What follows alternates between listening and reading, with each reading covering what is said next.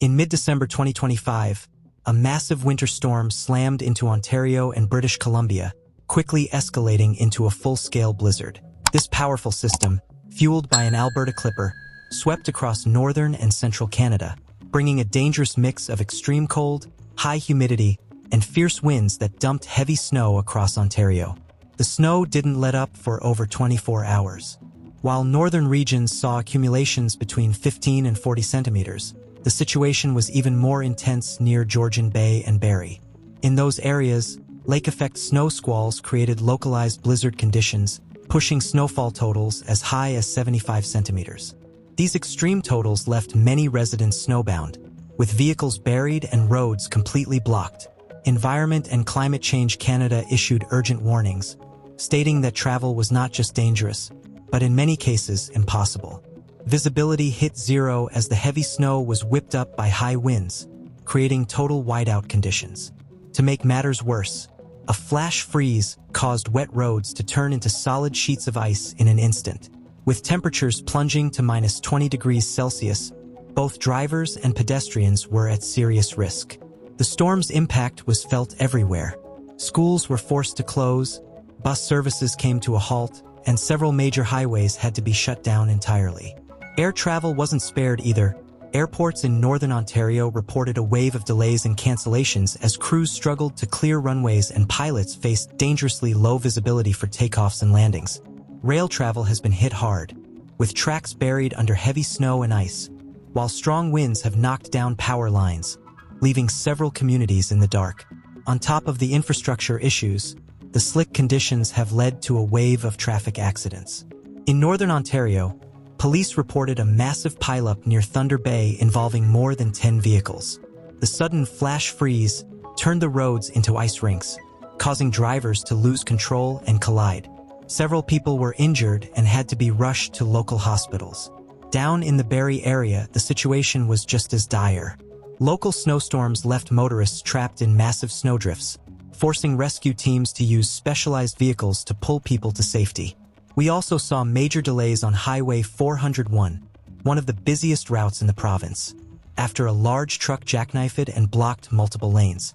Even with emergency crews working around the clock, the relentless weather slowed down the clearing process significantly.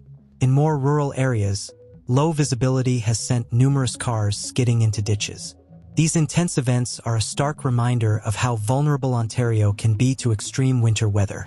Looking back over the last 20 years, the province has seen several major storms that have unfortunately resulted in both heavy property damage and the loss of life. What makes this storm stand out as one of the most severe on record is the rare and dangerous combination of heavy snowfall, high-velocity winds, and record-breaking cold all hitting at the same time. Meteorologists explain that this perfect storm was created by a complex interaction between a fast-moving low-pressure system and an intense moisture surge coming off Lake Superior and Lake Huron. The economic toll has been massive. Businesses across the province were forced to shut their doors as employees found themselves snowbound. The movement of goods also ground to a halt, with delivery trucks unable to navigate the treacherous, ice-covered highways. Even the winter tourism sector, which usually thrives this time of year, took a major hit as resorts became inaccessible. Early estimates suggest the damage could reach into the millions, especially as local governments are forced to shell out extra funds for emergency snow removal and infrastructure repairs. Despite the chaos, the spirit of these Ontario communities has been incredible. We've seen neighbors braving the cold to help each other clear driveways and streets. Emergency responders have been working non-stop to rescue stranded drivers and evacuate those in the hardest-hit zones. Local officials have also opened up emergency warming centers for residents who lost power or are stuck in homes without heat. This latest round of storm-related accidents is a sobering reminder of just how dangerous Ontario's winters can be. Authorities are strongly advising the public to avoid any non-essential travel until the weather finally breaks. If you must go out, make sure your vehicle is equipped with winter tires and an emergency kit, and always check the latest official weather alerts before you head out. While Ontario was dealing with its own crisis, British Columbia was hit by an incredibly rare and intense snowstorm. This extreme event was caused by a unique collision of two major weather systems, a freezing Arctic outflow, from the north and a moisture-heavy atmospheric river from the Pacific. When these two systems clashed over the coast and the mountains, it triggered a relentless snowfall that brought the province to a standstill. Vancouver International Airport recorded a staggering 45 centimeters of snow, while interior locations like Revelstoke and Rogers Pass were buried under more than 120 centimeters. This massive accumulation crippled the region's transportation.